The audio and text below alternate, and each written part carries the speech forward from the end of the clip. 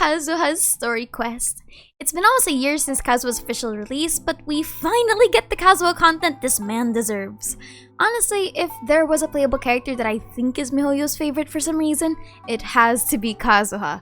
Think about it, this man got his whole anime backstory, avenged his friend, reconciled with his enemies, but the plot still isn't done with him. You think you're done with Eigen Kudosara? How about another problematic electro character to ruin your life? See what I mean? This guy can just never catch a break. But today, let's go back and scour Kazuha's history and catch up on everything you need to know before the Kaidahara Kazuha story quest. I'll also be putting my 2 cents on the cutscenes, but let's go! The Kaidahara family as we know today is an echo of their past and hardly worth remembering. The reason for their sudden decline was never revealed to the public, but history would dictate that it was tied to the mysterious fall of the Raiden Gokaden. The Raiden Gokaden are 5 schools of weaponsmithing arts in Inazuma. According to the Irodori Festival cutscenes, these are the Amenema, Ishin, Futsu, Hyakume, and Senju.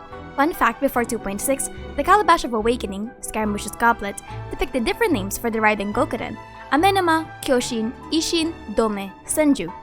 Some of the weapons we see in Inazuma were created by these schools of weaponsmithing, such as the Haran Gepaka Futsu, the only still practiced one being Amenema given we still talk to the blacksmith NPCs about it.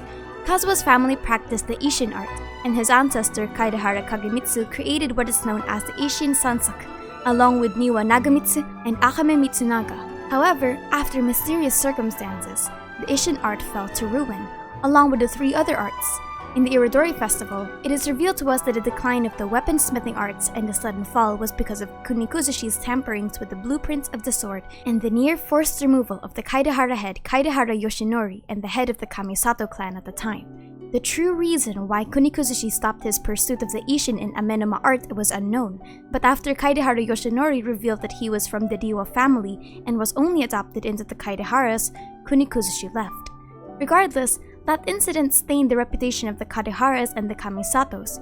Kaidahara Yoshinori feared that Kunikusushi would return to finish his ploy for vengeance, so Yoshinori closed the family business and the history of the Kamisatos and the Kaidaharas ceased.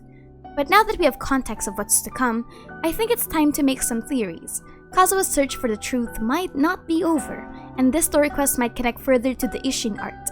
We only have 3 screenshots in the trailer to work with, so let's see what we can deduce.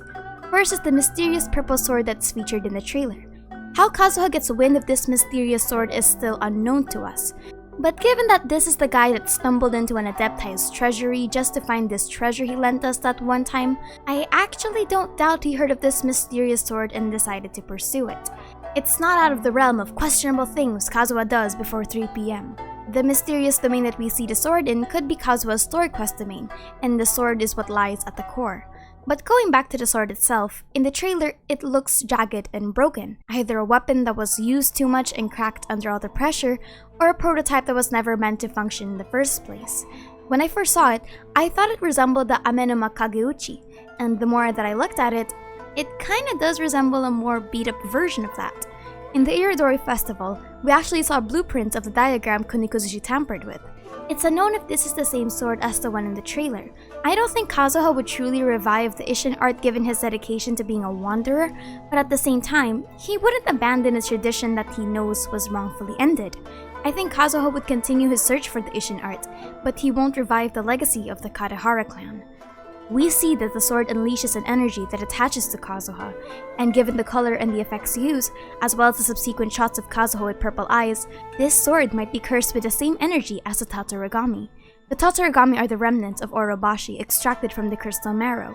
In the Archon quest, this is what poisoned the traveler due to the traveler's extreme bouts of anger. But here, it doesn't seem like Kazuha would be angry, more like shocked at what's attacking him. The energy's effects on Kazuha are almost impossible to discern at the moment given we only have screenshots to wonder from. But if this really is the Tatarigami, then that means Kazuha is afflicted with the same symptoms as those in Yashiori Island. Auditory hallucinations, insanity, an obsession to follow an unknown god, and a sudden and focused determination to pursue a goal despite all logic and reason. This is what led a man named Washizu to sacrifice several people to Orobashi. The same could be said here. Kazuha and the sword share a strange and almost parasitic relationship if the sword truly was of malevolent origins.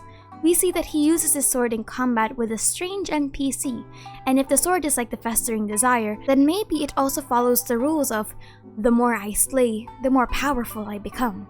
If Kazuha's want to understand the truth of his family is further amplified by the sword's tendencies, then that would explain the final revealed cutscene where he's forging the sword with Animo. His eyes turn bright purple and we see the remnants of the energy around him. Is he possessed? I don't think that's out of the realm of possibilities. Every time this man touches anything purple, something bad always happens to him.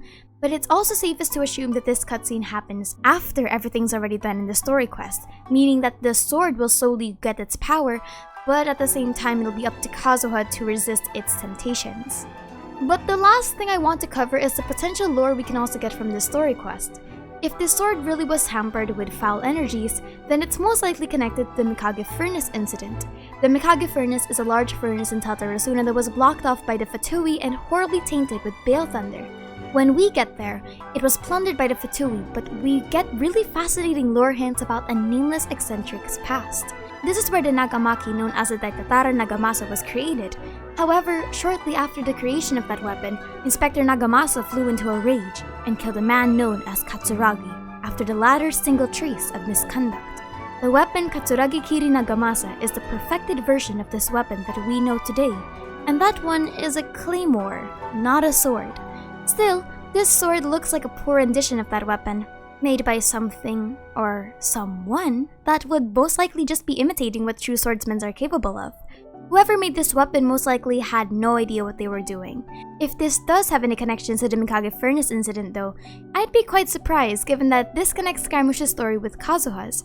Yes, they were already connected by Scaramouche's massacre, but this one would connect pre-Fatui Scaramouche, which would be quite strange. Though, even if this sword doesn't tie into that, the fact it's still a cursed sword is strange enough as it is. But yes, that's it for me today. What are your thoughts on the new Kazuha story quest? Are you excited, or are you just gonna be playing this for the primos? Well, anyway, my name is Aster and thank you for chilling with me.